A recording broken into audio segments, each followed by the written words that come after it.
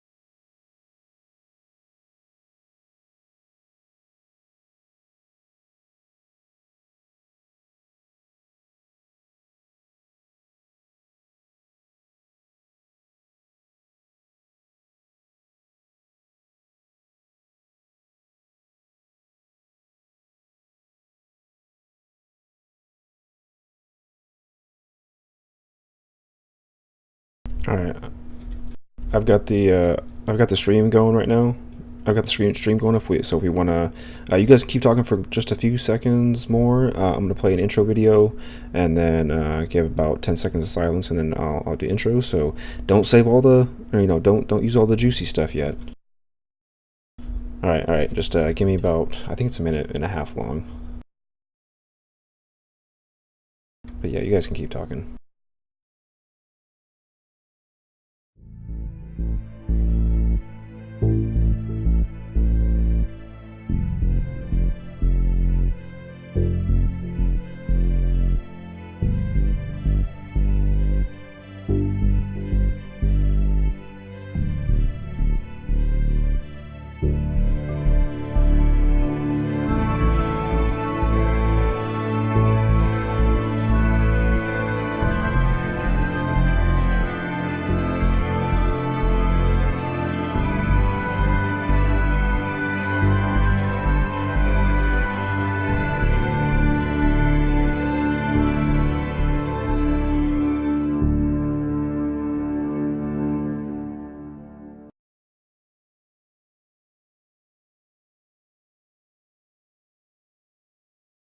All right, the video has been played. I will start doing intros in just a few seconds.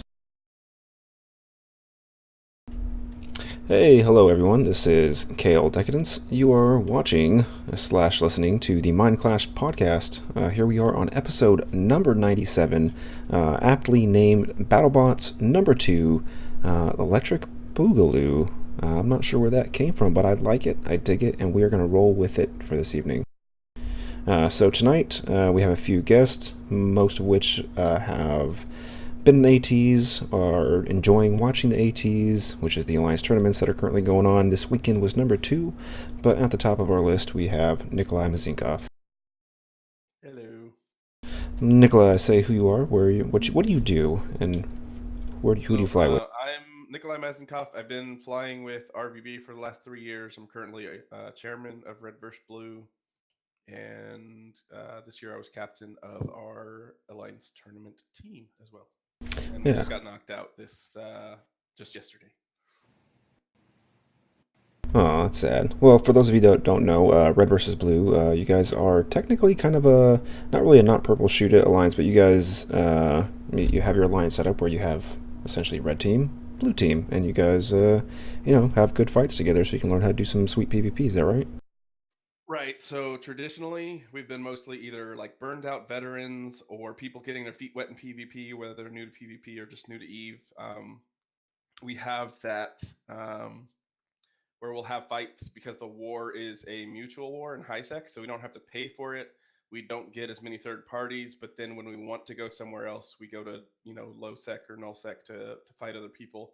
But we always have like 1v1s or up to 10v10s in high sec, um, killing each other. So we're the longest running war in New Eden, and Right on.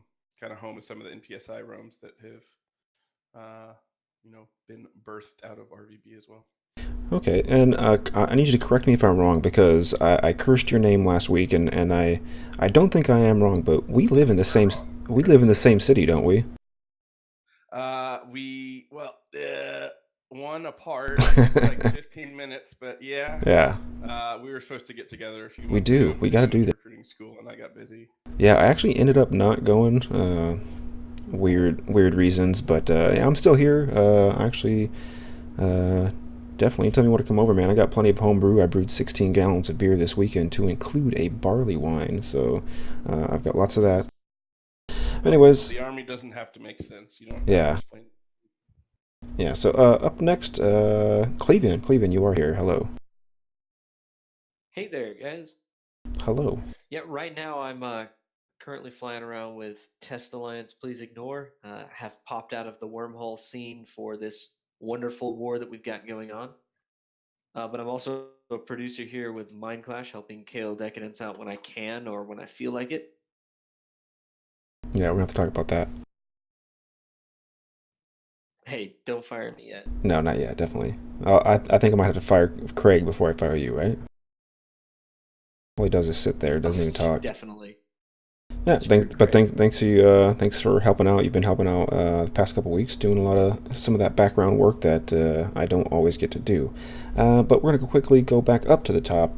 Commander A's, who is in the Bastion and is probably being naughty like I am, and instead of getting involved in this massive fleet fight, I believe there's an NC dot keep star timer that we should be involved in, but I don't have a cap, so who fucking cares? I don't have Pigeon open, so Yeah, probably being bad right now. yeah, I know. I saw it pop in like literally in a minute before we started recording. I'm like, ugh, sucks to suck, but I mean, it's you know what it's going to be. It's going to be a massive tie-dye fest full of caps and super caps and titans that we wouldn't be able to play anyway. So better for them. Mm-hmm. But yeah, Commander A's, go ahead and I intro. thought that wasn't until Wednesday. Oh, I'm pretty sure it's happening. Wednesday 19, I think ish. Okay, Yeah, okay, maybe they're that's moving. what I I don't had know. written down. Someone's Maybe moving. there's another keep star we're hitting, or I don't know. I can't keep track of all the timers anymore. I know it's so crazy. But yeah, who are you, So, Commander anyways, A's? a little bit about me for my intro here. Commander A's, I've run for the CSM 5 times, announcing my 6th run for CSM now. Vote for CSM next year. Rip. This guy will be running.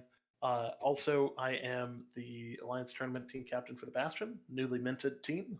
We've reformed and all that. So we had a good run, and unfortunately we're eliminated, but we had a good time doing that. I've done a little bit of everything.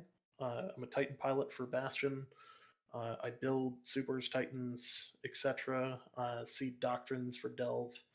Um, and generally get into all sorts of known and unknown shenanigans um, surrounding a number of different things in Eve. So, Right on.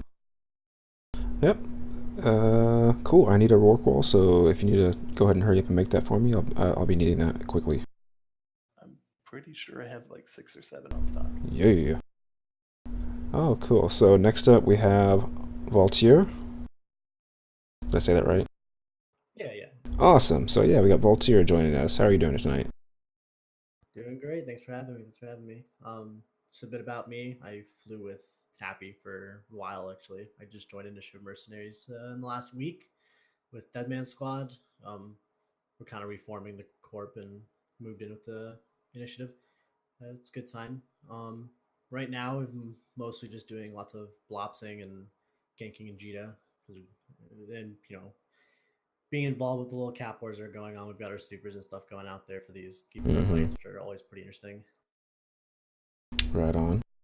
And I think I remember you might have said that you're actually fairly new to the game, or no, this was just your first time watching the tournament. So Yeah, I've been playing the game for about almost 2 years now. okay, so new. Yeah, so I'm pretty new still. This is my first time actually sitting down and watching the AT, and so far it's been pretty cool, pretty fun to watch. Right on. Cool. So we're going to get into that a little bit more near the middle of the episode. But first, real quick, I want to do some quick spotlights. So the trailer that I put out was the Eve. Well, okay, it was the Eve Infinite Galaxy trailer. And if you could see, you can tell by my inflection, but you can see my fingers on the stream. Trailer, because apparently this trailer was announced at the China Joy convention of some sort, maybe like a GameCon, mobile video game convention in China. So we're not too sure exactly if that's a real trailer. I don't know Chinese fluently, so I couldn't go digging for that. But the background is for the screen tonight is from Razorine. It's UALX-3 Aftermath. So yeah, let's talk a little bit about, real quick, this Eve Infinite Galaxy. So for those of you who don't know, CCP has been getting into a little bit of stuff here and there, trying to work their hands around the sphere of video gaming. And one of the things we knew they were talking about was Eve Project Galaxy that they announced maybe about a month ago or so, when they said that they were using the Apple augmented reality, or they were going to be utilizing that for something called Project Galaxy. Now, this was not the same as some of their other previously announced projects, so this was new. But today, or actually, a couple days ago at that China Joy conference, they came out and said, we're teaming up with this this other group. Who are they called? NetEase. So they're teaming up with NetEase, and they are going to be the same people that are in charge of the new Serenity server, and they're also going to be helping develop this new game called Eve Infinite Galaxy. Anybody happen to catch any of that news? I heard about the acquisition switchover between the old company and the new company for Serenity, but I didn't hear about the new game that they were going to be coming out with. I heard some of the rumblings, but I didn't have time to really look into it with everything else going on. Yeah, it caught me a little bit by surprise seeing it pop up there, because it's yet again another game. It looks like. I know Infinite Galaxy appears to be a translation of the Chinese characters that appeared on that trailer. Mm-hmm. But it does look like it's going to be a completely new game from the other ones they've already announced they're working on. Yeah, I tried watching the trailer. I watched it at work when I first saw it come out this morning, and then I watched it again a few times here at home on a bigger screen. And it to me it looks like, because there's one part where on the right hand side of the screen you see like a radio menu pop up, and it's in Chinese characters. So that made me feel like it was they just took video grabs of the Serenity server and kind of zoomed in just specifically on the ship without any other icons and stuff. So I don't know. I don't know what to make of that in particular, but there's quite a few articles. So especially there was one on GameIndustry.biz. Doesn't sound very legitimate, I know, but it had almost like quotes from CCP while at this conference in China, where they talked about this. They talked about the beta test coming up of the new Eve China server. I don't know what they need a beta test for, if they're just transferring over hardware. And then also the possibility of a TV show. So I'll link that here in just a minute. But yeah, GameIndustry.biz said that they're expecting, number one, the Serenity server switchover, this game, Infinite Galaxy, and then possibly a TV show. But we've been talking about that for years. Yeah, and the GameIndustry.biz website actually calls it Project Galaxy, which is a game that they had announced a while back, and we knew that CCP was developing. So I don't know if there's just a translation issue going on with Infinite Galaxy and Project Galaxy, but it does point out that they actually are at least trying to develop something, or a little bit more than just a release at a fan fest. Yeah. So I'll link those here in a second. But yeah, there was several articles that came out that indicate that this is going to be a brand new game. It's going to be iOS and Android. First can be released in iOS and then Android. But we're still looking at a fall 2019 release. But real quick, I do want to read that tweet that came out from CCP, and that was today, NetEase official and at CCP Games announced that EVE Online's China's beta will launch in October, and also revealed EVE Project Galaxy, a new mobile game coming to all hardcore spaceship MMO enthusiasts worldwide in 2019. Soon, TM. It's interesting. Man, I'm wondering if now I wanna- I'm wondering if they're going to do a hard reset on the Chinese server. What, for Eve? Yeah. Eve that's ready. No, I think one of the articles at least says that they will be allowing players to import their old characters. What I'm more curious about, because I know a lot of people know this, is that the Serenity server does allow things like RMTing and botting and stuff. So I'm wondering if there's going to be any changes to that on that server. I don't know if any comments have been made on that by NetEase yet. Yeah. There's also further down that we'll probably get to, but we had some news come out this week as well about the Serenity server and the happenings going on there. Yeah, we'll kind of roll into that a little bit because I know. So I guess we can kind of talk about a little bit about it right now. The video just came out recently, and it was done by, oh my gosh, the same guys who did the Rooks and Kings. yeah, so Rooks and Kings. They did this Yes. new video series, and it was a 35-minute long, I think, video. And it was essentially, so it's called The First Light on the Fifth Day, discussing the Great War on the Chinese server and the immigration of players back to TQ. Any more input from the Peanut Gallery on that one? I think it was interesting just to see the reinjection with fraternity, right? I think that has been more impactful than people leaving. Anybody who left, I think it wasn't really that big of a deal or big of a loss. But seeing frat in game, I think, has at least given a little bit of a shakeup for that corner of the galaxy, right? It has, yeah. Um, I really liked that video because it explained quite a bit about just what happens when you do have a server and a community that allows things like the RMTing and the botting, and it just promotes that culture of complete and utter domination, right? Without any regard to restricting or trying to maintain or control that environment, where basically the Serenity server just died. It's kind of like what we've heard about a lot of times in conversations about just either the metagame or null policy, whatever it is you hear the health of the game argument from the CSM or from alliance or coalition leadership.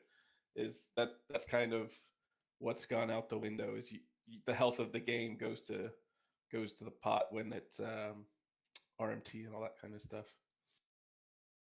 Right, and you've got quite a few people that are like, well, uh, uh, most of the people in Eve would agree that botting is a horrible thing and it's terrible for the Eve community. But you've got a lot of people that don't quite understand why.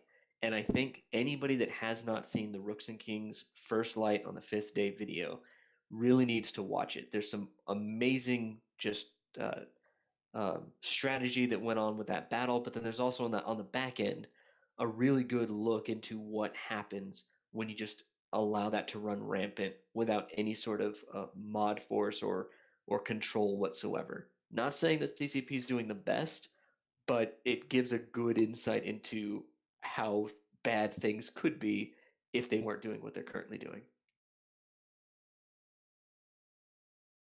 Yeah. Yeah, RMT is definitely not a good thing. Yeah, I guess maybe they'll find out once they're paying $2 billion for a Plex or whatnot. So yeah, don't do it. That's bad. But yeah, so that's Actually, it's about 20 billion for a Plex over there. okay. I don't even know what that translates to, but it sounds horrible. It's an insanely inflated market. Who'd have thought? Yeah. If you print ISK, then Oh yeah. But at the same time, because of what happened on the Serenity server, we had a surge of population in Fraternity who wanted a place to live and needed space, and bam, war happens. That's way oversimplification, but I mean, in essence, it helped with the current war that we have now. Additionally, we've also seen the resurgence of the opposing side on their forming up under Goon Swarm within PLA. So there's a surprising amount of action, and the really cool thing about this video is it explains what we've been seeing for the last 8 months of this migration, where there's all these stories, servers dying over there, they're abandoning it, or what's happening over there, and they're coming here. And why are they coming here? It goes into that and actually gives the story of these two opposing sides and how they've been duking it out for so long, with one side being the clear victor. It's definitely led to some interesting content. I'm not gonna lie. It's definitely been kind of fun, I guess, having a new group to fight.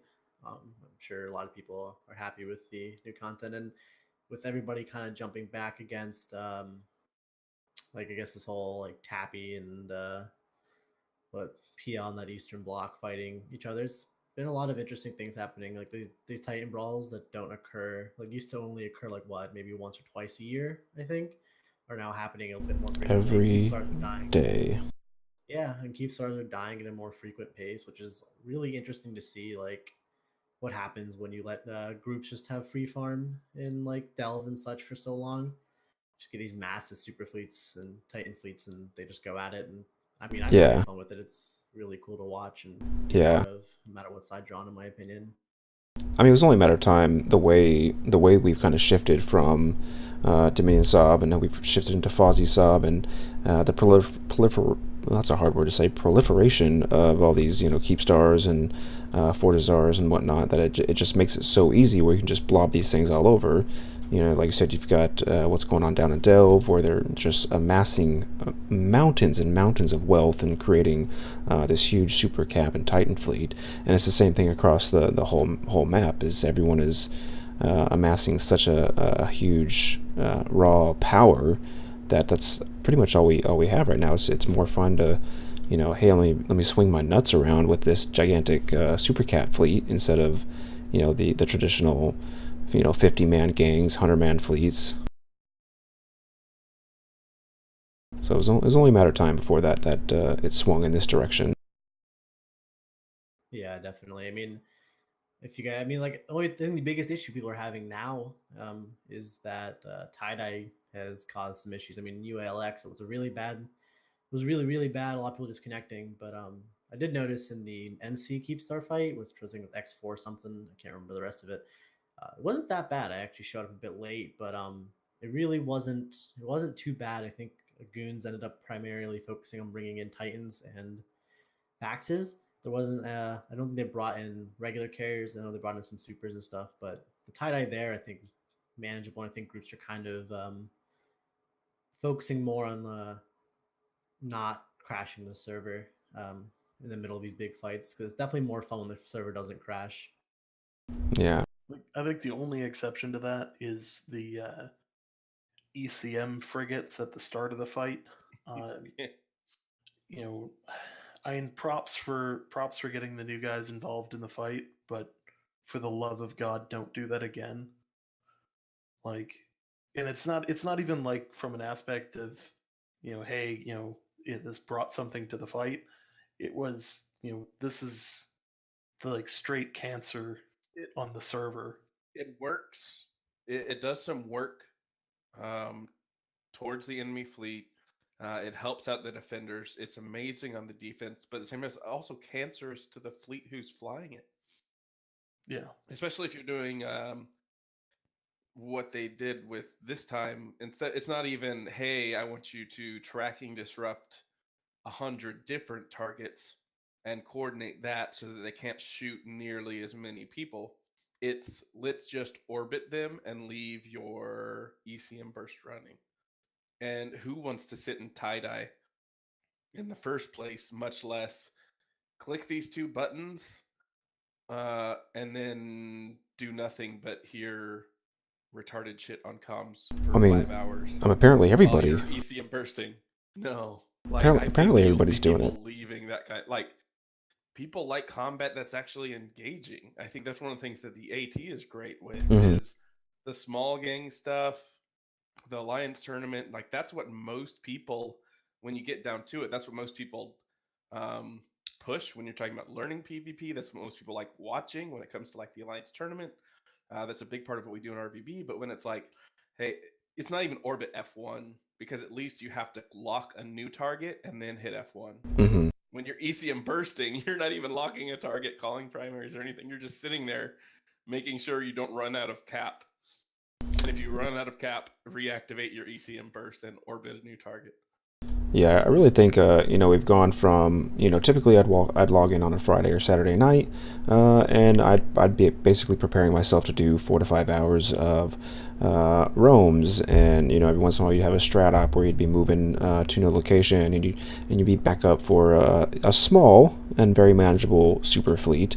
But now it seems when I log in, it's either a tie-dye fest that I'm not really going to be involved in anyways because. I'm either getting booted from the server, or maybe I didn't have the right ship type, or they didn't want that anyways.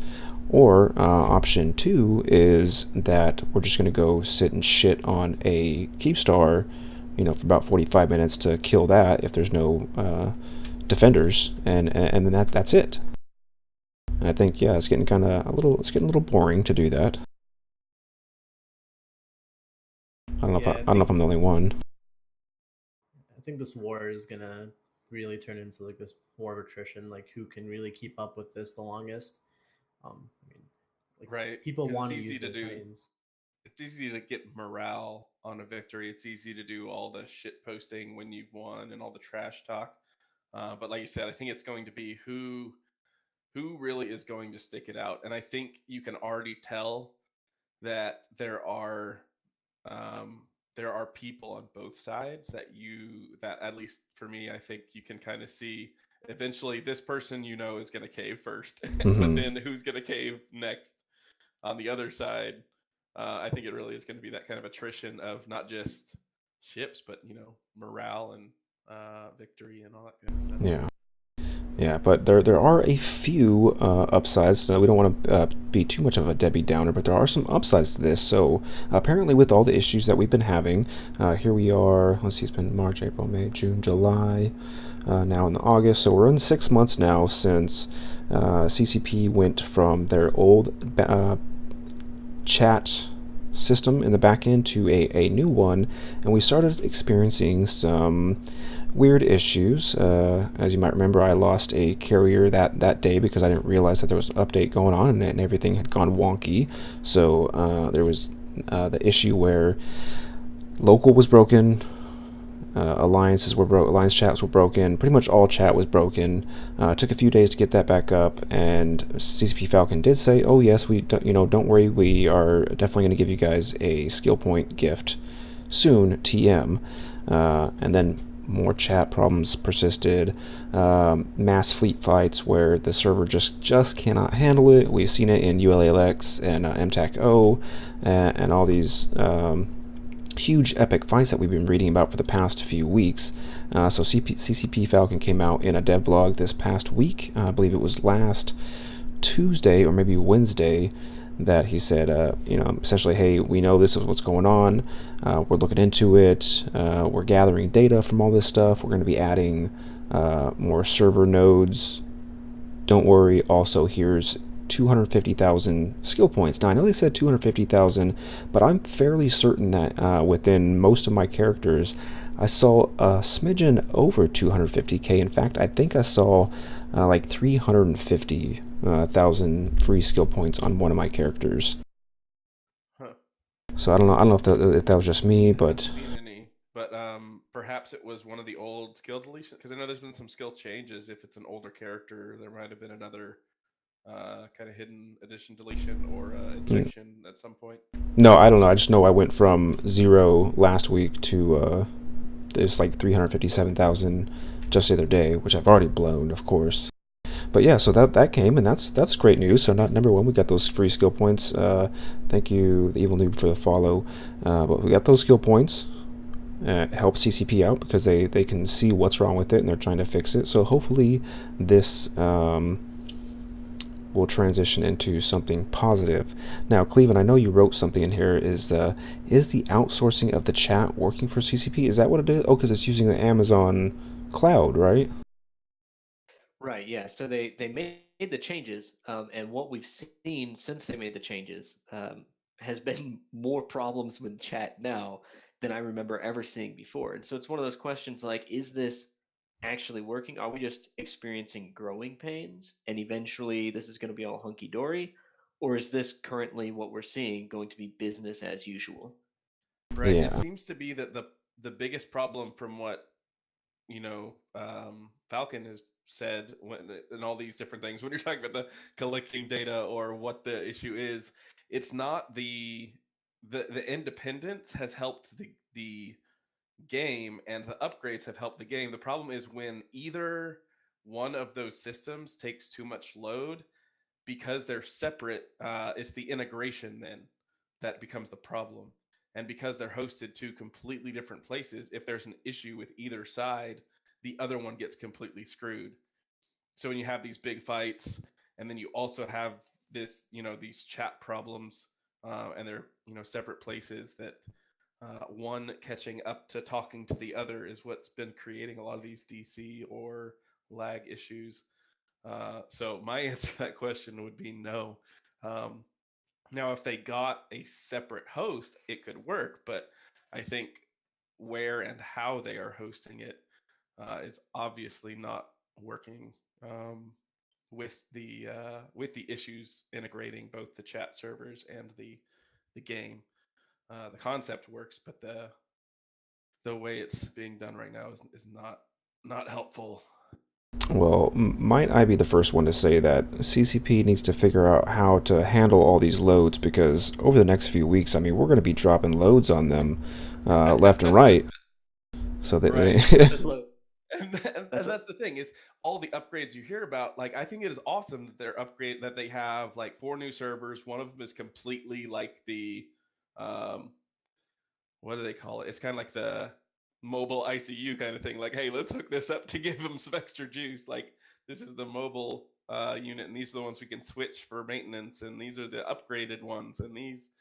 But that's all game side, and if you still have chat issue lag or issues between the chat server and the game server, you have to really improve both and the could communication between both. You can't just improve one or the other. could you just imagine if they came out with a devlog tomorrow and said, "Hey, we're gonna stop all of the chat servers right now. We want you to use only TeamSpeak or Pigeon."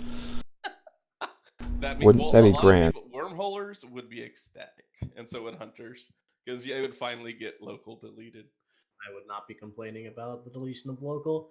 Yeah, most people wouldn't, except for Oh no, the no. 50,000 goons would be in tears, and so The would vast PL and majority. Test and everybody. I The vast mean, Yeah. majority of nullsec alliances would be everybody else. That tiny other fraction is what everybody I that mean, matters, though.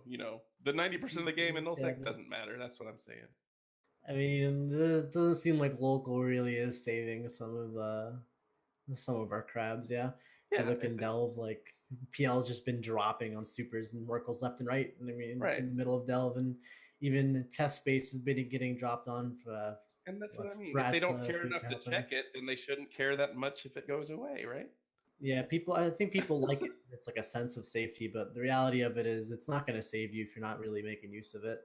And I mean, like local chat issues are going to be an issue. Chat issues are going to be an issue probably for a little bit. I mean, I don't think So AWS is the. I don't think AWS is the issue. I mean, AWS is really scalable, and a lot of people seem to really. A lot of major companies use it quite a bit and have been very successful with it. I think it's just they need to work on how they're integrating it with, yeah. like I said, like integrating it with between the main game servers and AWS, so that way if one gets fucked up, it's not going to affect the other. So could this be like a subtle, sneaky plan, maybe? Like, No, hey, we're gonna no, delete you local, but we don't want to say it. We're gonna can't fuck up can't the say chat issues anything. for a year. If We're you gonna say screw up something, chat for a year, and then when we delete it, people will be happy that we solved the chat issue, and the server's going to be performing insanely well. We'll support 30,000 man fights, but you won't have local. But we can't tell them that. yeah, I can't say that. Someone, those 50,000 crabs and or however many, or that 90% of Eve is gonna get really upset really fast. Yeah, Right? it's like the Star Wars thing. It's like 50,000 crabs just cried out in anguish, I mean, And we're suddenly and we're silenced. suddenly silenced by a bosun. sneaky bosun. Now, one of the great things that I love about this post from Falcon, this dev blog, is that he says that every time the nodes crash or we overload a system, it helps them gather data so they can better resolve the issue. Which to me just means keep doing UALX fights. Keep crashing the nodes. Well, Fucking it Do up. it more often. he's Drop actually more said that Titans. before. We'll fix the game that way. Because if you think about it, because they brought this up every time somebody complains, they're like, "Hey, but remember this size fight wasn't even possible X number of years ago." And I think he really had. I think there was one time he said those almost word for word. What you're saying is, please give us more work because it gives us the ability to see where some of those specific issues are. Because all we see is DC's lag and the shit fest, right? Yeah, But they can see that, the here are the 2 real items that need to talk better, or here are the 5 piles of spaghetti or whatever the fuck it is that are saying this is where we need to improve. Yeah, so I just got that. Like, the more we have Imtaco fights or UALX fights or the X47 fights, the better the game is supposed to get. And in the meantime, we might get free skill points thrown at us because we broke the game. So that means ECM bursting while dropping fighters on your supers. Maybe some And smart bombing That in means there. this Wednesday. Right, smart bombing Titans with Bring it all every in kind there. of exactly. This Wednesday, hint hint, wink wink, nudge nudge. Take Yeah, your this Titans with smart Wednesday, bombs, not guns. You don't crash need the guns. node. Who needs guns? Bring smart bombs and fireworks. Well, CCP Falcon basically said that, right? Yeah. Oh boy. Oh, I brought fireworks to every AT match. I love that. The fireworks in the AT match. Those were always a nice little touch. Because I saw some people doing like their bombers, their extra high slot would have like the smallest autocannons that have like 4 CPU and 1 power grid. I was like, what the fuck is that shit? You're adding on like 5 DPS on a 500 DPS ship, or you could fit fireworks. Or That's a decision. yeah, I've been loving that. The few times that I have been able to catch the ATs, I do get a big kick out of that. I think it's The been test- mostly us and the test Snuffed, fight? and I think Test. Yeah, during the test fight, we had even more because we had more bombers. Yeah, Band Apart did that as well.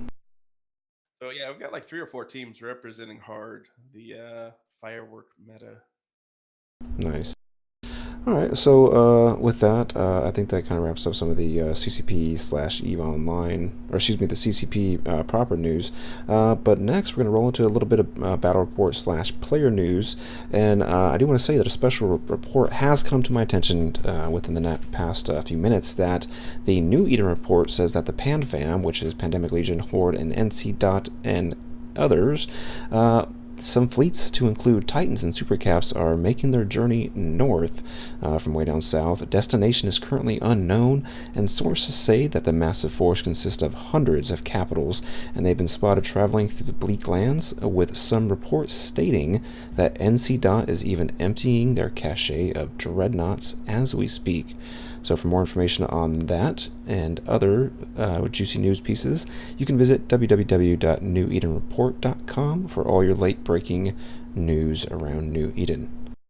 I think it's just time for a squeal or a re moment after that. Re. Yeah, absolutely. Yeah, so a lot of good news coming out over there from the New Eden Report, of which you can find a little bit of information about the X47L-Q, which was Goons versus NC Dot. There's a super drop at 0 to tackle Titans. Who's got something to tell me about this? Because I wasn't there, nor do I know anything about it. That was actually, I was there. this was interesting. As the fight progressed, they called NC was initially getting more of the volleys hitting on the Doomsday, so they were killing more goons than goons were killing on the return volleys. But eventually, the timer was lost. Everybody knew because of the super and the Titan superiority that goons would eventually win, which means eventually at some point NC has to de-aggress. They started de-aggressing, but it wasn't all at once. And because it wasn't all at once, even though they were all in their keep star, some of these Titans weren't tethered yet because the Doomsday timer or their phenomenon generator, something was preventing them from tethering. And so rather than just sending Hicks and other things like that, some of the initial tacklers for the NC Titans to keep them from docking back up to the keep star for the next fight or to repair or just, go to sleep or go to work or whatever it was after this like 10 or 12-hour fight, they sent in supers to tackle the NC Titans, and then they had some Hicks and other stuff thrown in there, and they managed to get. So they started volleying better. NC started whiffing some Doomsdays, and then goons kept hitting. So eventually they got up to where it was about an equal number of Titans destroyed. But then the last, I think, 5 or 6 were all Titans that had been tackled on the keep star, while the others were de-aggressing or docking that hadn't tethered yet because they got scrammed before they tethered or docked, and mostly by goon supers. Yes. So it was really interesting. kind of a funny moment that the parity, it was something like 2-1 or 3-2 as far as the Titan death count, and then they came up about equal in the end, and then the next day I'm pretty sure goons took a couple more, but Yeah, the It tackle was just super one of was those interesting. moments. Oh yeah, it was one of those moments where they'd been volleying back and forth for hours, and the goons had also been, putting their high slot guns on the keep star for hours to knock that timer down and to get the armor timer out of the way. And the entire time, the goons were just losing way more Titans. And then you just see a Sino go up in the middle of the Titan blob on the NC side, and you're like, it who lit that wasn't friendly. Sino? And then like for me, since I'm with Test, the goon side is blue, and all of a sudden it's just blue vendettas show up in the middle of this red Titan blob, and you're like, holy crap, somebody just messed up really bad. And then you Right. see the warp scramble attempts, and you're like, never mind, somebody didn't mess up at all. And Yeah. that's kind of the insult to injury part that you mentioned, is that it was some of them were faction supers that were jumping in because the kill a flea thing where they're like, oh, if you have a faction super or Titan, dock up, because that was the first call, was just to de-aggress the shiny shit. As if 100 bill's not enough. Put up the 500 bill or the Trillionisk stuff, Can't and then they forget send in the the supers that are faction to do first this work. Moloch died at that So fight. I was actually Yes. one of these supers that dropped was my one of my alts.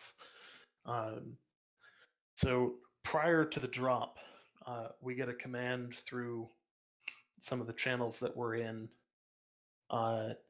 Every armor super fit maximum scrams, heavy scrams, any scram that you have on your ship, you're going in.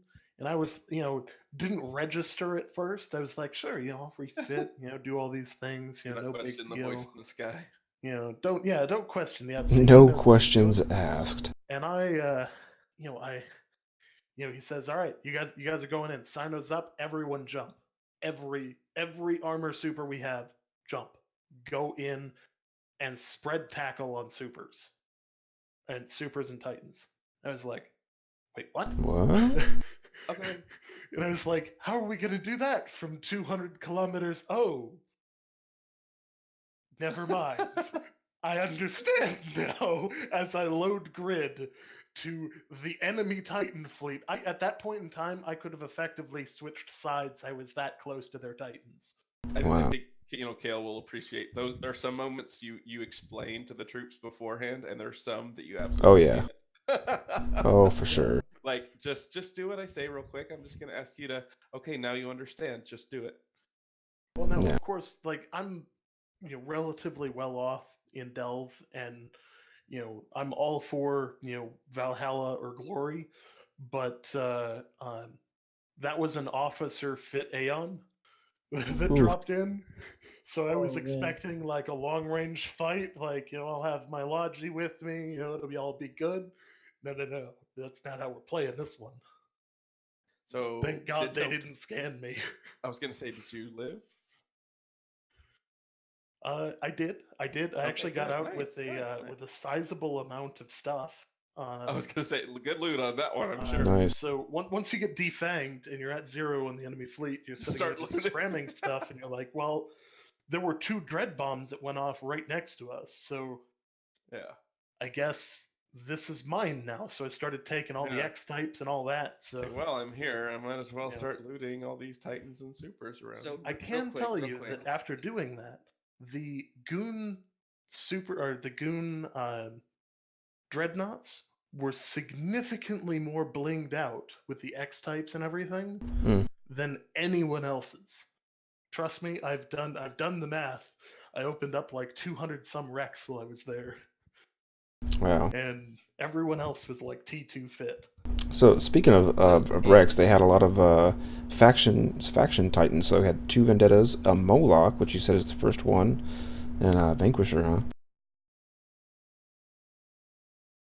Yeah, Yep, that we Moloch had a that died Vanquish. was Sure. like 500 billion-esque Moloch that died. Whew. Yeah, Mhm. first Yep. one to die in the game too. To I think a DC, right? Yes, he DC'd and unfortunately was not in a bubble, so he took a emergency warp away, where he was caught and dread bombed. So Well, rip Moloch, but hey, hey, at least you put it at risk, and I'm totally on that board, or totally on board with that Well, idea. Here's the best part of that Moloch death. The pilot that lost the Moloch got potted out, and he signed no. back into a fight with another Moloch, right? Damn. That's Or was it amazing. wasn't another pilot that brought them another Moloch? That's cool. I'm fairly certain it's the same guy came back with a second Moloch. That's two It's big likely balls that right he there. came back in another Titan. Most of the guys that have was the the- faction Titans have at least one other Titan. Because But I'm it fairly also- certain it was his already replaced moment where he wanted to be Right. like, Right. nope. But you that thought also you got rid of it, and it's so already it does replaced. show balls, but at the same time, doesn't that reframe the whole argument of the war and the fights? If I show up with 500 Titans and you show up with 400 because your friend doesn't show up, but we also have another 500 for each of these pilots when they go down. I just think it does bring an aspect to the whole thing. No. Yeah, I mean, a lot of the discussion I'm not after saying they're this not fight really, turns but- into this. Well, it turns into this discussion of who can replace these Titans Right. faster. Right. I can confirm that everyone who lost a Titan on the Imperium side is currently sitting in a newly minted Titan Right. with Whereas all I'm of the actually correct selling fittings. some to people who are begging to have another hole in the north. I'm selling a couple. Yeah, I just checked. He did in fact have a replacement Moloch. So he lost But- that one, and he's back in one pretty much immediately. I'm not saying it's anything bad about the pilots or anything like that. I'm just saying it's crazy to think of this war in that concept when you're talking about the attrition and the morale. Is that one side, when they're losing it, if they lose another 2 fights like that, one side is still going to be in the exact same spot as far as the number of ships and pilots it can field. The other side will not after another couple fights Yeah. if they go the same way. An additional metric that will tell you kind of the stress that this puts on the back end industry people is the general price point that they're going for at any point in time. Mhm. The North, I've had reports of their prices going higher. They've gone I up, don't but it's know not if as they're high as as high as reported. I think they. It's not as I high as think they're in the reported. mid 60s. Is what one of the internal ones I 65 to saw. 70, yeah. Yeah. But some people are saying like. Whereas 90. in Delve, they've actually dropped to about. I think you can get a Leviathan for 52 now. Well, maybe I'll Which- start hauling from south to north, eh? Mm. Just Yeah. sell to your enemies. Weapons then dealers make the destroy most of them. this, great. Yeah. No, I mostly do the lower end carriers and faxes and all that kind of stuff. Those have raised slightly. But it's interesting because even as more of a freelance producer and seller, it's definitely noticeable, and I actually appreciate war for that reason. Oh yeah, I can tell Yeah. you as somebody with an Apostle BPO in my network of builders, uh, it is a very very good time to be building Apostles. Yeah, both sides use the Magoons and what the North blocks Yep. typically use apostles. I think Yep. The Nanazu is garbage, yeah, If you're and the doing, lift takes so many yeah, skill points to fly effectively that nobody uses it. So the Nanasu is good uh, for wormholes or for like the small gang shit that gets stomped out in a war like this. On a war of this level is absolutely the yeah, apostle is king. Yeah, so Cleveland put in the chat there the final, well, not really the final report, but at least the dead capital ships. They had 49 Titans, 4 supercarriers, 119 Foxes, 331 dreadnoughts, and 7 carriers. I would kind of be interested in knowing if we had total up, and I'm sure we'll find out in Vegas. I'm absolutely sure of that. But if someone were to total up the number of Titans and supers that we've lost throughout just since the beginning of this year, I'm sure it would be just massive. Oh, I think somebody did. It might have been last year, but I did remember seeing something Yeah, yeah, showing I'm the curve of either Rourke walls or supers or yeah. Titans. Yeah, I'm sure it's going to be posted up at Eve Vegas this year, but by God, it has to be massive at this point. I mean, you're looking at 331 dreadnoughts just on this fight right here, and over the past a month and a half or so, we've had a consistent battle every 3 to 4 days of this scale. To which we will expect again that final timer for this Keepstar on this coming Wednesday. So if you're in the area, is this going to be again in UALX, or where's this going to be? This is going to be X47L Tech Q, Okay. where those numbers came from. Okay. But yeah, the UALX fight saw 300 and something dreadnoughts dead Mm, there as well. yeah. So it's like a weekly occurrence. Let's just whelp 300 Right. dreadnoughts in the Where's system. it? Yeah, it's staging to staging. It's wherever somebody's Mm-hmm. dropping the next keep forward or Yeah. somebody's retreating the next one backward, and this is just the next one in the north that is going into Hull. Yep. Wow. I know dread bombs have always been a part of the meta, but it seems like it has scaled up significantly in this war compared to others. Where like literally I've been listening into the comms with some of the tappy FCs, and these guys have been just dreadnoughts are the expendable force. They're literally Mhm. bullets in a gun. Right? They are not ships anymore. They're bullets in a gun. You point it, you fire it, and you reload, and that's exactly how they're treating them. I mean so I it's think like one of the important things to talk about there is that the reason that they are like that is that the current insurance rates for them, they almost break even. Yeah. So Like effectively to SRP them, it really doesn't cost you that much. right. If you Yeah. T1 fit it, it's Yeah.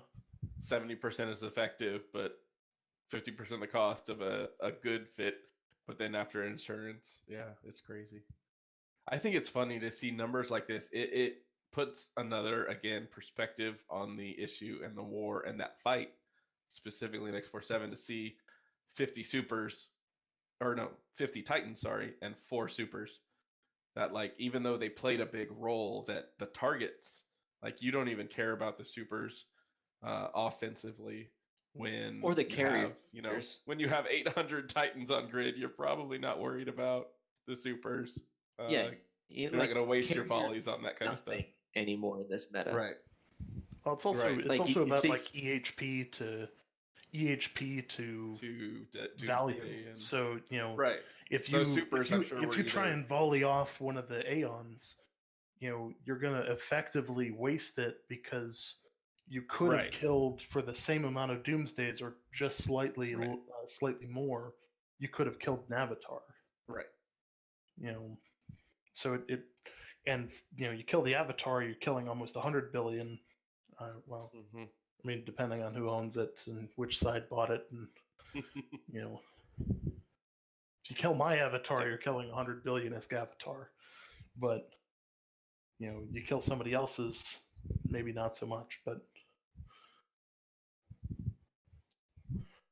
maybe I'm revealing too much before this fight.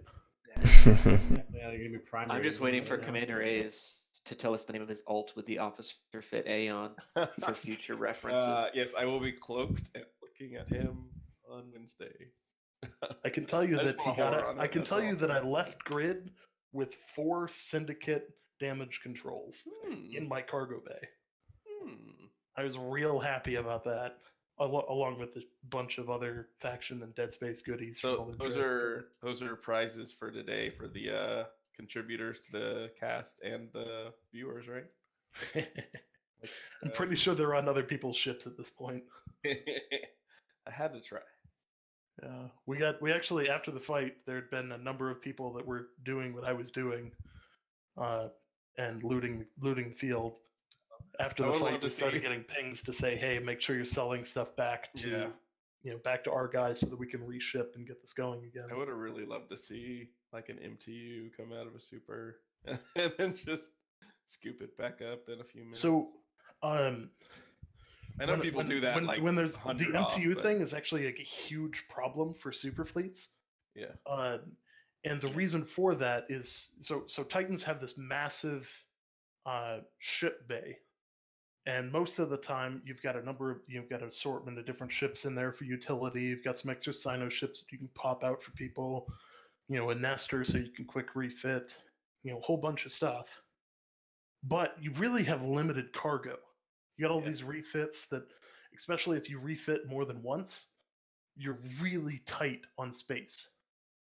So cap boosters becomes this, how do I want to play type thing. Yeah, no, I get so that. you take these I think they're Nerises are the ones with the ammo holds, whichever one has the ammo hold, and you fill it to the brim with capital sized cap boosters. And anytime you need cap boosters, you pop one out, you shoot it, and you loot the cap boosters. And the MTU sucks the wreck away before you can get your cap booster. Yeah, no, Exactly. trust me, I've run into that issue before, both offensively and defensively. Yeah, that's a real challenge. Well, to try and move on now to the topic of the week. I know these fights are awesome, but now we're getting into some of the More really awesome. stunning fights that we've seen this weekend. Yeah, and we had the Alliance tournament, right?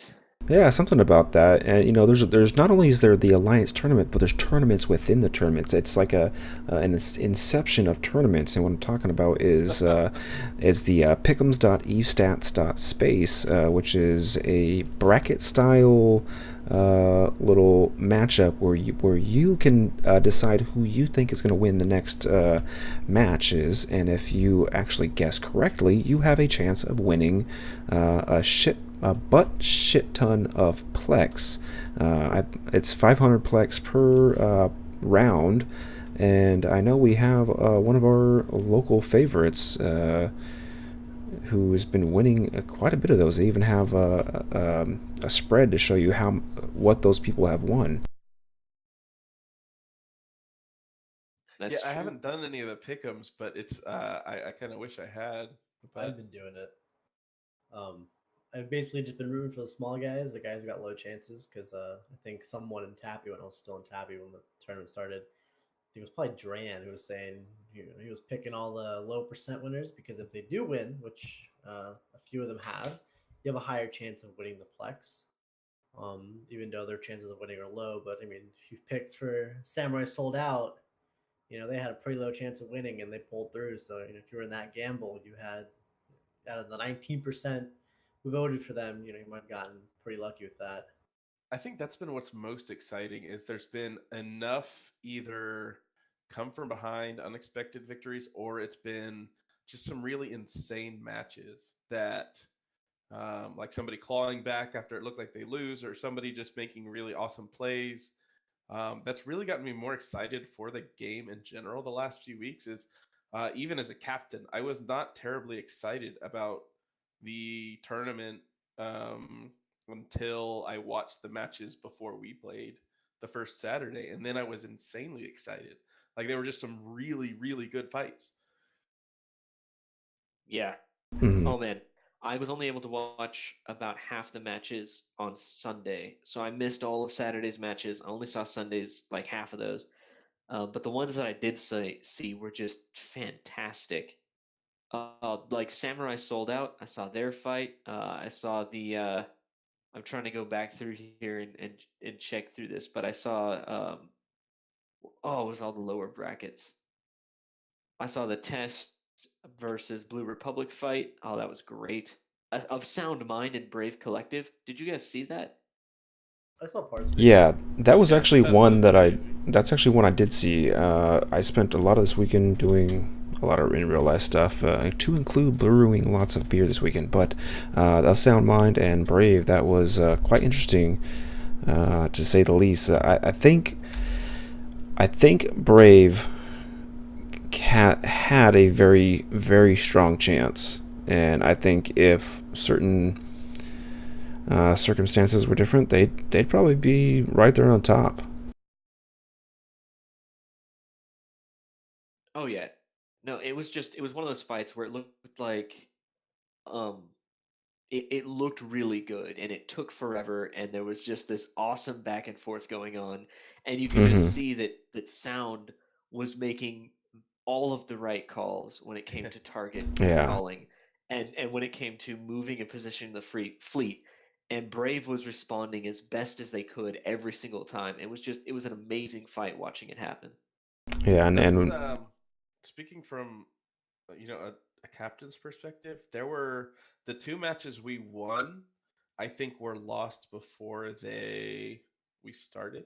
When once I looked at their fits and their comp, um, and our execution improved. But when I looked at it, I was like, they made all the right calls and they killed all the right ships they could have killed before they lost.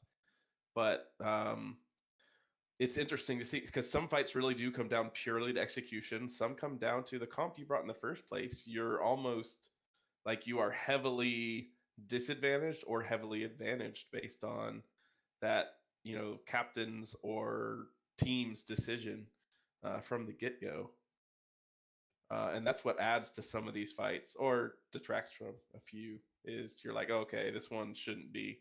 But that's again, it still makes it exciting because sometimes you're like, oh, well, these guys have lost just based on the comp. Like, there's no way that little DPS or that little tank can stand up against whatever it is.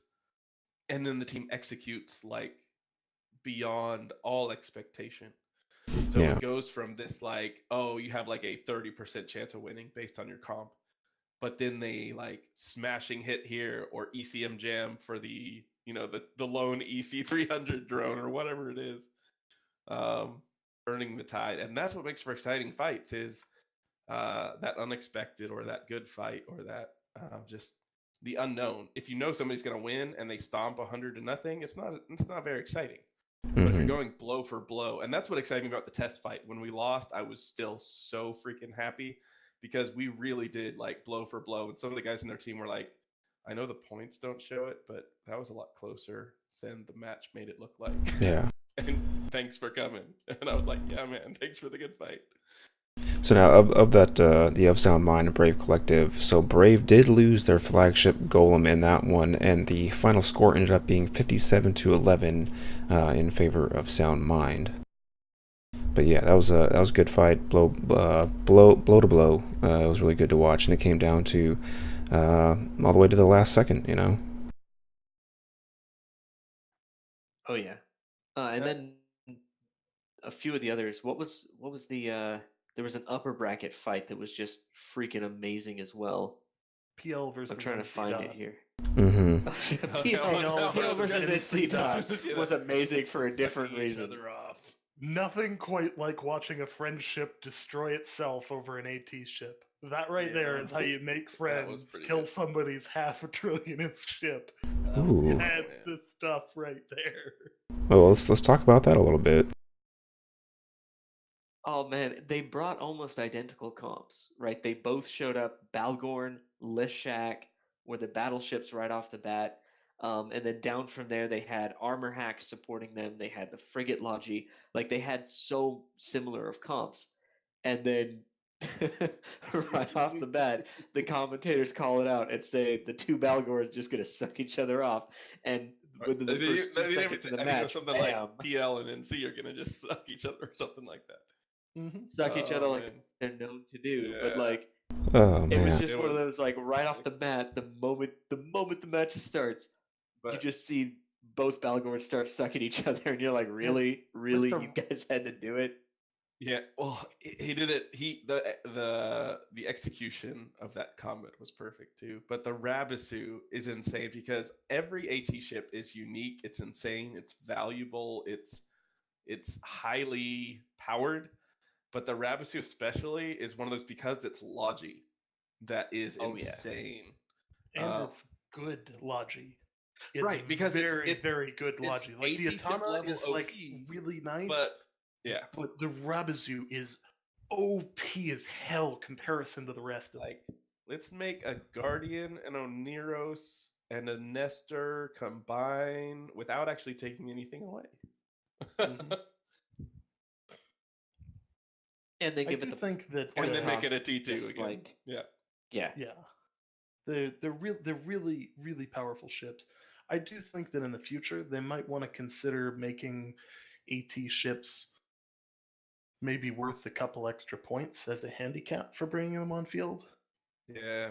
Like Uh, make them like kind of T3 versus faction versus T2 Yeah, as I far as mean, points. kind I think kind of that's what I'm thinking here is that because this year we also had a problem where there weren't enough teams, Mhm. and I think part of that was Well, the if are they aren't they going to have the Alliance tournament ships? even the tournament because usually it's and Yeah, speaking from somebody who's run and even A's, you know this from running any kind of public fleet or event, you have to have hype and prep time. If I yes, announce something anywhere last minute, like if you rage ping, you're going to get dudes in fleet, right? But if you say, hey, there's going to be the most important fight in the world in precisely 30 days in this ship, if you can't get into it, train into it, versus, hey, if you can fly this, get there tomorrow. And that's kind of what it felt like is they posted over a month or two late. Thunderdome wasn't set up right the first time. A lot of teams didn't even get to really practice there till towards the end, if at all. The prizes were up in the air till late. I think that has a lot to do with it. And a lot of that has to do with the fact that Falcon and Fozzie have basically taken over for what used to be Logibro on top of their normal job. Whereas that was like 80% of what Logibro did. yeah.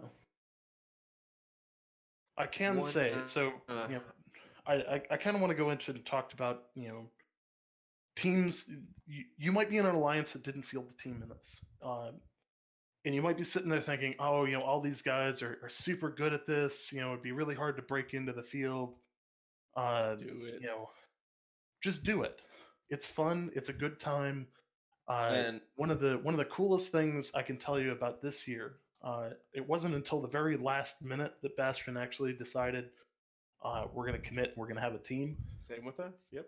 I mean, when I say last minute, I mean like it was 2 weeks prior to the tournament where I turned to Carneros and was like, "Hey, our AT captain is MIA, and we haven't Well, started we practicing did yet." it at least. We did it like a month, so like 4 weeks. But yeah. So I mean, we That's we awesome. had 2 skirmishes against Goon Swarm prior to when I say skirmishes, I mean like individual matches on the same night, and only like 2 of the people that were on field for that were on field Wow. for the actual first fight.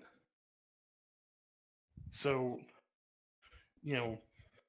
and that was a iffy fight that we won via DQ and got a whole bunch of crap about because it's Because you guys aren't supposed to win. we're not supposed to win because we're a shit tier team, as the commentator staff valiantly put out there for us. I like Which that. is not an appreciated comment, by the way. But I think it's part of the past, but yeah, I think you guys can overcome it though. I don't think it's like sometimes people hesitate to call us okay, even like upper mid tier, lower, or lower mid tier or upper bottom tier is usually what we say ourselves. We're the Ooh, top to yeah. bottom, but it's something you can rise above because I inherited a couple of veterans from our old team, but I had never done it. When you just do it, just throw your name in the hat. I hadn't even done it. I've only done it twice, and we did pretty dang good this year. Yeah, I'm pretty sure our first 2 matches, the only individual that was on grid that had prior AT experience was me. Nice. Our third match, we had managed to, over the week, get a few more skirmishes in, take a look at what comps we could field, and really kind of look at, okay, hey, what worked, what didn't, how can we kind of alter the comp that we're trying to mimic without fielding an AT ship. And that's what I love is that's part of what the parity is with across the board from newer teams to older teams is you're all given the same number of ships, all points to work with, and if you go through those steps, it's just like everything else regarding PvP. Just start somewhere and keep doing it and improving. I mean, that's something that was drilled into me when I was starting out, like with when I started joining corporations and alliances that did have AT teams. Is like people would tell you, if you're interested in getting better at like small gang PvP, go to AT practices. It's a good experience, and even if you don't have a team, like if you're a smaller group that's looking like, man, we're not going to win anything, it's still like a really good, like it's good to go in and like practice, like that competitive experience, like the real thing is never going to compare to how it is and like how practicing is going to be for you. There's a lot of like, you get nervous, stuff like that. Some people get, a lot of stuff plays a factor in how well you're going to end up doing. And I mean, not taking the opportunity to kind of go out there and try it out, at least, even if it's your first time, is gonna just hurt you later on when you really Right. are serious about it later. You'll never get over those hurdles if you don't run the course. Yeah, and the other thing is, don't be afraid to start early. Like, a lot of people. I've had several people from the Bastion approach me and say, I would do this, but I'm afraid that I don't have enough skill points. I don't have, I Right. don't have the T2 guns for this ship, and I don't Yeah. want to look like a scrub. I had a guy on the team in the last match who we were trying to find a way to get him on grid, and the only ship in the comp that he could fly is the Vexor. Mm-hmm. That Vexor is crucial to that comp. Mhm. Like, Right. it is vital Right. to holding neuting power within the sphere of influence around the logistics And that's what's great about small gang is small gang forces everybody to be important no matter what role you're filling. Even if you're in a kitchen Exactly. sinky bullshit gang, if you're talking about 10 dudes, every one of them matters. And we Mhm. pulled a couple people last minute that 3 of our pilots had no AT experience. A couple of them have only been PvPing for like 6 months, but it was like, oh, fuck yeah, I'll play in the tournament. That sounds awesome. And, we draft them, get them in fleet because somebody didn't show up that morning that, we thought was going to be there or something like that. And we had fun. And that's, we blew shit up. We got blown up. We had fun. And it's fun watching the tournament with no stress, though. I will say that is the best part about losing is there's no more stress of competing. And you just get to watch the rest of it. Well, and the nice thing, so a lot of times people will come into the tournament and they're sitting there going, I want to set the expectation of winning the whole thing. That's not realistic for your first time. Mhm. Your first time, your goal for the team, and my goal for my team this year was, let's see if we can eke out one win. We got that one win. Okay, guys, let's see what we can do about getting another one. No pressure. We're not expected to win this thing. We're just here to build for next year. I almost had a comment about, the sixth time might be the charm. Right. I thought the same thing. It's okay, guys. There's always next year. But that's the crazy thing is I'm the guy who's usually run for saying that CSM. stuff. I'm usually Yeah. saying that stuff is manage your expectations, like go lose ships, all that stuff. I'm usually the one telling that to newer PvP guys. And then I'm the one with the highest expectations of our whole team. Mhm. So I'm the one most disappointed when we finally lose. And then I find out, I was like, well, you know what? And then I take my own advice that, we had fun and we did well. We did better than last time. So I don't give a shit. Plus, I got some dank skins coming. Exactly, and that's what I was going to transition to. If you do get that one win, you get 10 Alliance tournament skins. Yeah. So I still have my 2 from Blood Raiders. Uh-huh. Those Hmm. things I are worth applied mine. 4.5 billion ISK I, right I now, applied apiece. mine. Wow. Well, that's the funny thing is we got ours so late. I applied mine because I always wanted to because I'm a skin whore. But one of our guys was always planning on selling his. When they came out, they're usually about a bill a piece.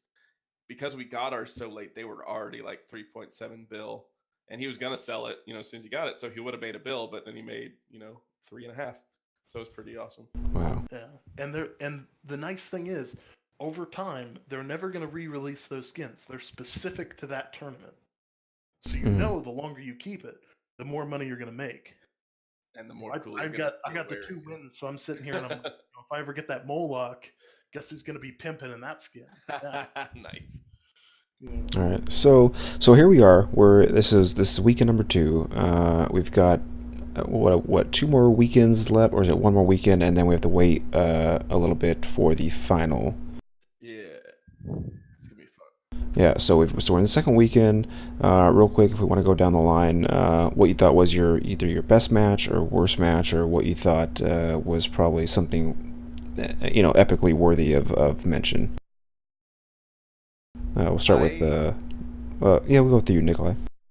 I really, as far as our matches, I really enjoyed winning against EOL and QOL, and I figured out that if we're playing somebody with 3 letters, we're good. But then Hey. we lost to Init and Test. But Test was actually the funnest match because it came down to some of those choices, and even though we made mistakes and lost, um, it was a fun match. As far as watching them, um, honestly, watching Fraternity, ECM, the shit, that was pretty funny because of all the salt in local, or all the salt in chat about the Fraternity ECM comp. And then just some of the upsets have just been really fun to watch. Watching Barcode has been more fun than expected, Yeah. both when they won and when they lost was fun. Yeah, real good team. But and then Brave, almost every match of Braves was fun to watch. Absolutely. What about you, Ace? So my favorite was probably the Imminent Destruction versus Bastion. We did lose, but even though we lost, we fielded something that was really unexpected for us.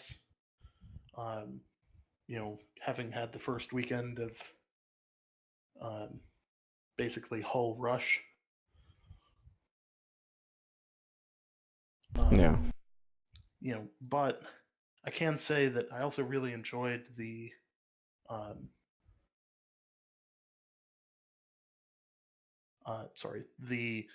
match against Quebec United Legion, despite the fact that it was technically called long before The shooting started.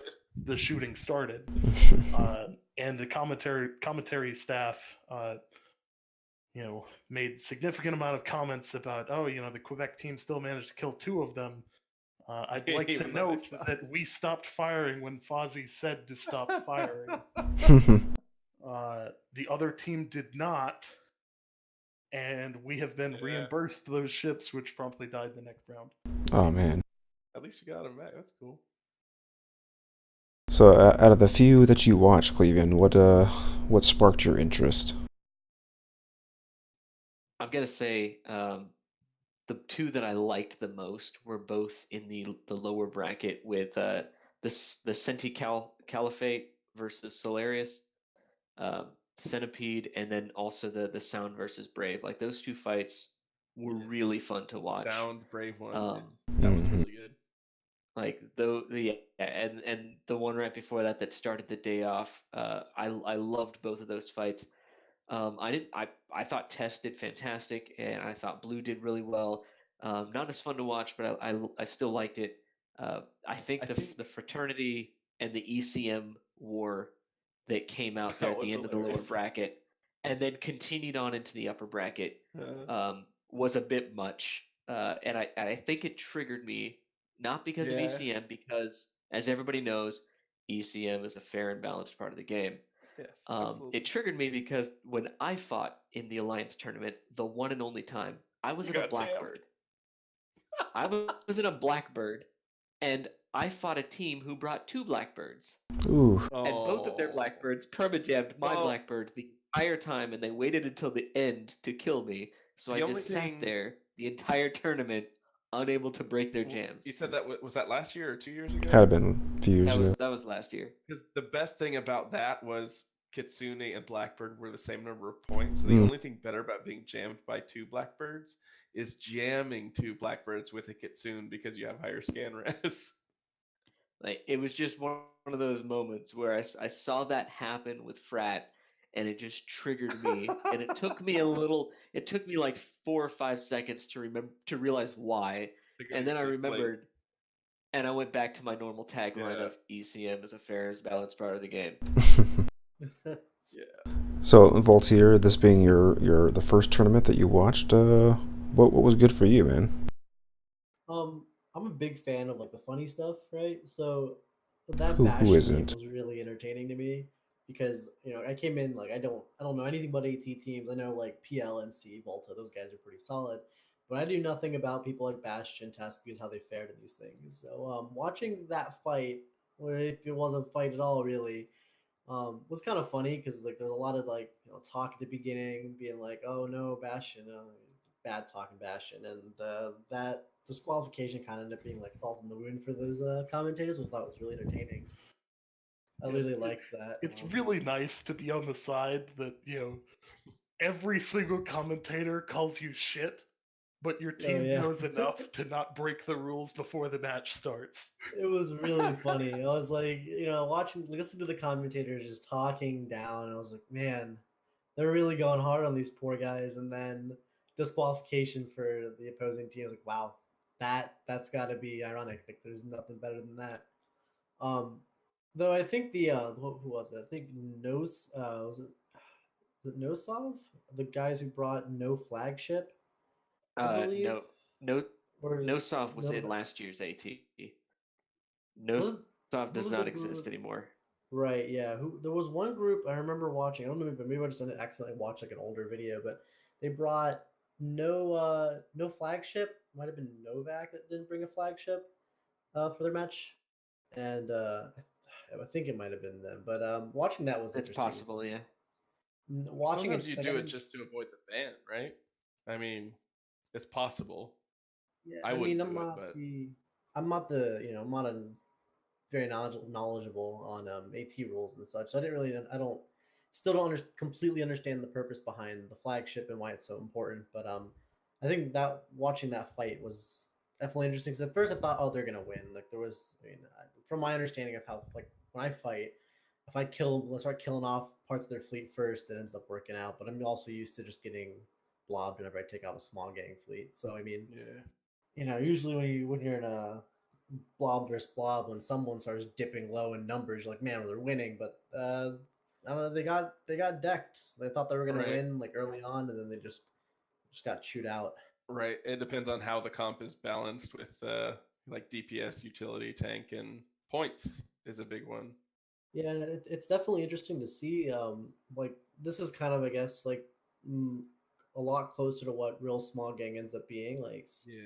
two small groups really brawling it out. That's you And don't on see that a fairly whole lot, balanced right? terms because of the points Yeah. Exactly. pitting issues. So it comes down to being a lot more like how you're using the comps you're using and your Right. pilot's individual skill. Like some of the guys that I flew with before, one of the things that they talked about with other groups, like small game groups they'd be in, is just like depending on that other pilot, you can Yeah. having picking out a group of guys who they know what they're doing when it And comes to that's this what I stuff. loved It's a about big our deal. team is because we didn't have the practice time, but at least I'd say I had about 5 or 6 guys at least that were our absolute like solid. And I know what they can do because I've flown with them small gang. It's not about the big fleet stuff. That I know what they can and can't handle as far as ships. So if I could come up with a comp, or me or somebody else could theory craft a fit and a ship, and ships to fly with it, that I could hand them to these people and say, I know you're going to do well with this. Just do what I tell you, kind of thing. Yeah, I really do like seeing that. Like I really enjoy smaller gang fights. They are a lot more fun than your bigger, your really big like 100, 200 man fleets that you see Yeah. getting taken out very often. Yeah. There's a lot more dependence on the individual being able to fly the ship that they're in and knowing what it does and knowing their own strengths and weaknesses makes a really big difference at the end of the day as to who's going to win what. Yeah. If I only. will say, even though Tests does not have a representative right here, that there was going to be somebody here. Yeah. They brought an armor Balgorn against us, and we got made fun of for our armor Balgorn. So just saying, it worked. and insult to injury too, because we lost ours before that, and then he Yeah. brought one. Yeah, if I didn't like my weekends as much as I do, I think that's something I would like to do. But I did find out. I looked up the schedule for the next two rounds, I guess. So the next weekend, so the 11th and 12th, that they're actually going to start their matches a wee bit early. So if you live on the west coast of the United States, like or Canada, like Mirdad, you're actually going to have to wake up at 6 o'clock in the morning to enjoy that. So that's 1300 UTC. Again, that's this coming Saturday and Sunday, the 11th and 12th. And then the final match, or the big the last two teams that are left in the standing, that will be Saturday the 18th at 1500. So you get to sleep in, Mirdad. Hey, how about that? Sleeping with the baby. Yeah, but I agree. I agree with most of you guys. Definitely of the few matches I got to watch, I think the Brave was a lot of fun. And was that the one with the disconnect as well?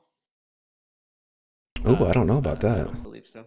The Vindicator disconnected during a match, but was able to reconnect Oh during the man. match, so he was still, yeah. And so that makes like the because that was the Brave victory, right? Mm. No, I was one- talking No. about the Sunday fight where it was Oh, Brave. sorry. Yeah. So I was thinking the day before with Weekend Warriors, I think. Oh, They had a okay. disconnect okay. of two Wow. of their ships. And one of their ships was able to log back in and continue the fight that they won against Weekend That's Warriors. awesome. So it was one of those, like, Nice. it looks like they're losing, but one of their pilots isn't even there. But I think his guns or his web or something he had activated was still cycling. Fuck it. So that kind of stuff like that, like some of the stuff you only see on a team, or unless they like post on Reddit or somebody puts it in the news, like some of that kind of stuff you don't hear about. And that's part of what makes it interesting as a competitor, because I think we get more of those side stories and commentary from other, people we fought against before. It's funny because like Rote Capel, we for some reason have fought them like 3 or 4 times in the AT. But there's kind of little groups within the AT community. So even though we're, aggressively lower tier, bottom tier, we have, friends on other teams or people that we know that, it makes it fun. Yeah, absolutely. Well, we'll definitely be able to get to see some more fun over the next 2 weekends. But with that, we are getting a little bit close to the end of our rope for this episode. So I do really quick want to talk about our lovely meetups. So if you go to EveMeet, what is it? EveMeet. I always forget if it's .com or .net. evemeet.net. So if you go to evemeet.net, you can see all the wonderful Eve meetups in your area, of which there's one close to Nikolai and myself. Well, not too close. I think it's about 4 hours. Houston/Galveston Eve Meet, and that is the 11th of August, technically in League City, Texas, at the La Brisa Mexican Bar and Grill in League City. So if you want to check that out, it's the 11th at 7 p.m. I do love Mexican food, but Houston's a little bit too far away from me. Yeah, just an hour. Yeah, for sure. Although I want to say, I don't know if it's them or if it's Austin that has that monthly. Yeah, Austin. And that's first or second weekend of the month. Yeah, I'll have to find that out. Maybe I'll go one of these times, but it's Mothership Games, if I'm correct. Yeah, I've talked to him a couple times. I've just never been able to make it. If Yeah, it is second weekend, that actually is this one. it is. I know I wasn't able to go last because of the AT itself, but Mhm. possibly. Yeah. So other than that, if you do want to check out the final day viewing party, the San Diego Eve Alliance tournament viewing party, usually I think those guys down in San Diego are typically goon oriented. I know that's where Carneros lives and Chris Tyrell and all those other guys, but I'm pretty sure that'd be open to the public if it's on evemeet.net. So if you want to watch the finals with your favorite players, you can check that out. That's 18th August at 08. The Austin one is in this week's show on Discord as well. Oh, wonderful, wonderful. All right, so with that being said, I guess we can start rolling into our shout-outs. Since Valtier is our guest and he may or may not know how we do shout-outs, we can start out from the top with Commander A's and we'll roll down to the bottom. So I want to do a shout out to my alliance, all the guys that showed up for AT practices, all 2 of them, in terms of total practices, not people.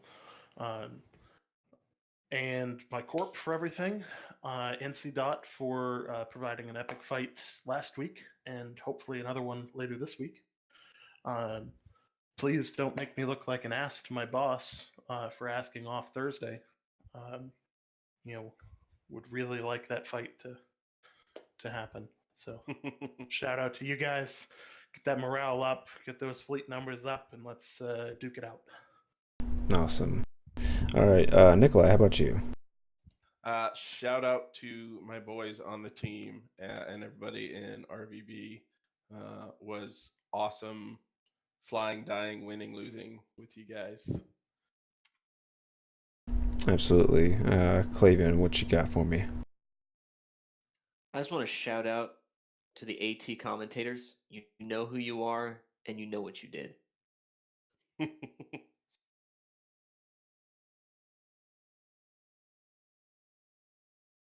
All right, so that leaves Valtier. What kind of shout-outs do you got for us, man? Well, I guess you pointed out that I got quite a few fans, so I'll shout out my guys in DMSQD Deadman Squad. Pretty cool guys, fun to fly with them. And my old corp, Brand New Bros, they taught me a lot for the almost a year out flying with them. Really appreciate what you guys did for me there. Fly safe. You guys are cool guys.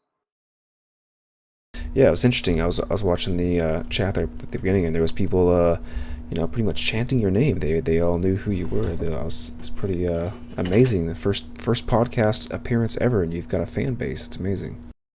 Yeah, I got friends all over. I suppose I've just kind of done the joining every Eve Discord I can possibly get an invite for. And Yeah. it helps a lot. People, if you're not an asshole, people seem to like you a little bit. True. Maybe that's why people don't like me. Hey, if you got Discord invites for your corpse, I'm always looking for places to shitpost. I got dank memes. Don't worry. Yeah, for if sure. you come along to open fleets, I'll drop you one. I will. Yeah, speaking of that, so I guess one of my shoutouts can be is don't forget about groups like Red versus Blue or Redemption Roads. I know Eve University also does Not Purple Shoot at Rome. So pretty much if you want to learn how to PvP, if you don't know how to press the right buttons or what to do, what kind of ship to fly, you can get with these guys and they can definitely point you in the right direction and get you on these free fleets. Sometimes they might even provide you with a ship or have some sort of reimbursement set up. So, check that out. Just Google search NPSI, that's November Papa Sierra India fleets, and see what they got going on. But then I guess my second shout out is, I've been spending a lot of time in the real world. I prefer to actually be outside and do fun stuff, and I brewed about 16 gallons of beer between 3 different recipes on Sunday. So if you don't know that, I am a very big avid home brewer, award-winning. I don't want to toot my own horn, but yeah, if you want to share recipes with me, we do have a Space Brewers channel in our Discord, so stop on by and we can talk beer and homebrew recipes and whatnot. Clavin knows what's gonna happen here. I think my good friend Jamal Balgriff requested I shout him out on the stream. He's a very absolutely. He did me a favor. He's taught me quite a lot about blopsing and hunting, so he does deserve quite a bit of shout out. He's a cool guy. If you don't know him, get to know him. Smart. Yeah, unfortunately, he's a Australian TZ, so he's kind of like a you know non-existent human being in my time zone. But he's still cool. He's smart. So I had to stick that in there. Sorry. That will happen. One thing I do notice about some of the Australian time zone guys is that typically the time that I would be online and play is when they're also online. So I talk to them quite a bit, and New Zealanders. But anyways, yeah. So if nobody has anything else left to say or shout out, going once, going twice.